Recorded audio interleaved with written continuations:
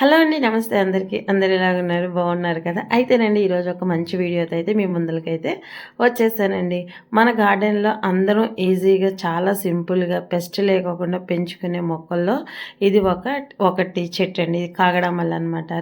కాగడామల్లి 2 రకాలు ఉన్నాయండి. తెల్ల కాగడ, అలాగే సెంటు కాగడ, ఎర్ర కాగడ అనమాట.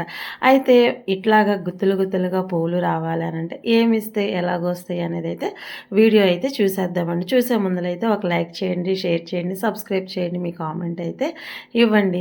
సుకన్య గార్డెన్ అనమాట. ఇది వచ్చేసండి ఇంకొకటి మన సెంటు కాగడ అనమాట. ఇలాగ రోజు నిత్యము పూలు మన గార్డెన్లోనే వస్తూనే ఉంటాయండి. మరి ఇలా పూలు రావాలి అని అంటే వాటరింగ్ అనేది ఫస్ట్ బాగా ఉండాలండి. వాటర్ ఎప్పుడైతే మనం కరెక్ట్గా మార్నింగ్ కానీ ఈవినింగ్ చేస్తామో ఆ విధంగానే పువ్వులు కానీ లేకపోతే పండ్లు కానీ ఏదైనా సరే మంచిగా వస్తాయండి. ఒకటి వాటర్ కేర్ తీసుకో. రెండోది వచ్చేసండి పాట్ అండి. మనం పాట్ ఎంత పెద్దది తీసుకుంటామో అంత ఎక్కువగా ఈ పువ్వులు వస్తాయి అన్నమాట. నేనైతేనండి రూ. 50 బ్లాక్ టబ్బులు అయితే పెట్టుకున్నాను అనమాట.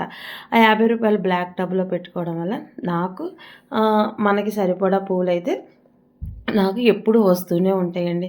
ఇది సీజన్ అనేది ఏమీ లేదనమాట. ఈ పువ్వులన్నీ కోసిన తర్వాత మనం ప్రూన్ చేసుకోవడం, మళ్ళీ ఏదైనా దానికి కొంచెం మాన్యూర్ ఇవ్వడము, మళ్ళీ ఇలాగ మొగ్గలు వస్తూనే ఉంటాయండి. అయితేనండి మన గార్డెన్‌లో ఇన్ని రకాల పువ్వులు ఇలాగ వస్తున్నాయి, పూస్తున్నాయి అనంటే మరి నేను వీటికి ఇచ్చే ఫెర్టిలైజర్ అయితే ఒకటి ఉందండి. అదైతే మీకు చివరిలో చూపిస్తాను. అయితేనండి ఈ కాగడ మల్లె పూలు ఇంత బాగా రావడానికైతే సాయిల్ అనేది నేను ఎప్పటికప్పుడు మీకు చాలా వీడియోలో కూడా నేను చెప్పాను లూజ్ చేసుకోవాలి. అలాగే ఎండ కూడా అండి.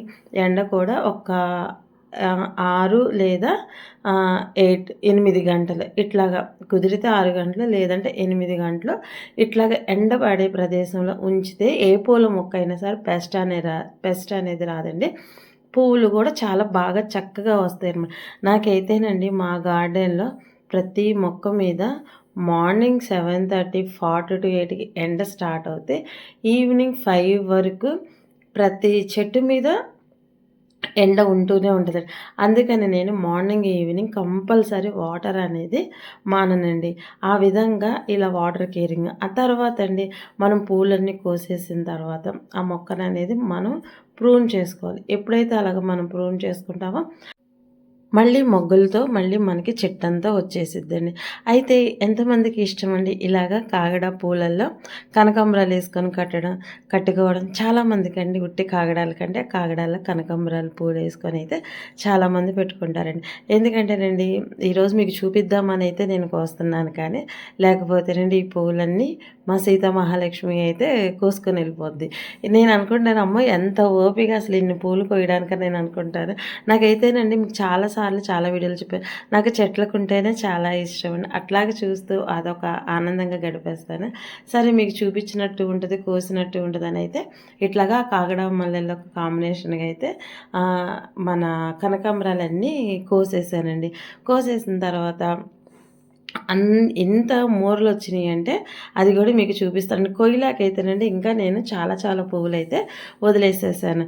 అయితే ఇన్ని పువ్వులు ఇంత బాగా వచ్చినాయంటే మనం బియ్యం కడిగిన నీళ్ళు కానీ, టీ కడిగిన నీళ్ళు కానీ, లేకపోతే అంతే కాదండి. అలాగే ఏ వాటర్ ఉంటే అలాగే మొక్కలకి ఇస్తూ ఉంటాను. అయితేనండి పూల మొక్కలు కానీ, పండ్ల మొక్కలు కానీ ఏదైనా సరే హార్వెస్ట్ అయిన తర్వాత మెన్యూర్ అనేది ఇస్తేనండి ఇంకా దానికి బలం అన్నమాట. ఇంకా మంచిగా పూలు పూయడానికి కూడా ఉంటుంది. అయితే నేనండి ఎక్కువగా మస్టర్డ్ కేక్ పొడి అయితే మొక్క చుట్టూతా జల్లేస్తానండి. ప్రతి మొక్కకి చుట్టూతా ఒక్కొక్క స్పూన్ అండి. ఈ విధంగా అయితేనండి నేను నా మొక్కలన్నిటికైతే కేర్ తీసుకుంటాను, అలాగిస్తానండి.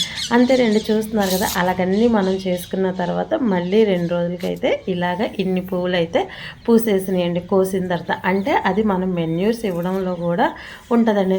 మరి మీరు కూడా ఇంకెందుకంటే ఆలస్యం మీ గార్డెన్లో కూడా ఈ 2 రకాల కాగడా చెట్లను అయితే మీరు కూడా నాటేసేసుకోండి. చక్కగా పువ్వులు అయితే కోసుకోండి.